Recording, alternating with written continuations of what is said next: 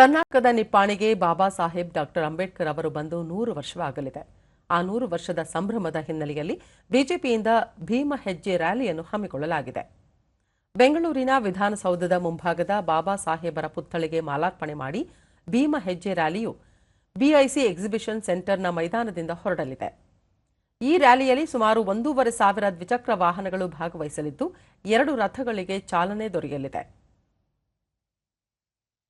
ಈ ಕುರಿತು ಮಾಹಿತಿ ನೀಡಿರುವ ಬಿಜೆಪಿ ರಾಜ್ಯ ಉಪಾಧ್ಯಕ್ಷ N Mahesh, BJP SC Morcha, ST Morcha ಮತ್ತು ಎಲ್ಲಾ ಕಾರ್ಯಕರ್ತರು ಇಂದು ಭೀಮ ಹೆಜ್ಜೆ ರ್ಯಾಲಿಯಲ್ಲಿ ಪ್ರಾರಂಭವಾಗಲಿದ್ದು, ಇದೇ 15ರಂದು ನಿಪ್ಪಾಣಿಯಲ್ಲಿ ಬೃಹತ್ ಸಮಾವೇಶ ಹಮ್ಮಿಕೊಳ್ಳಲಾಗಿದೆ.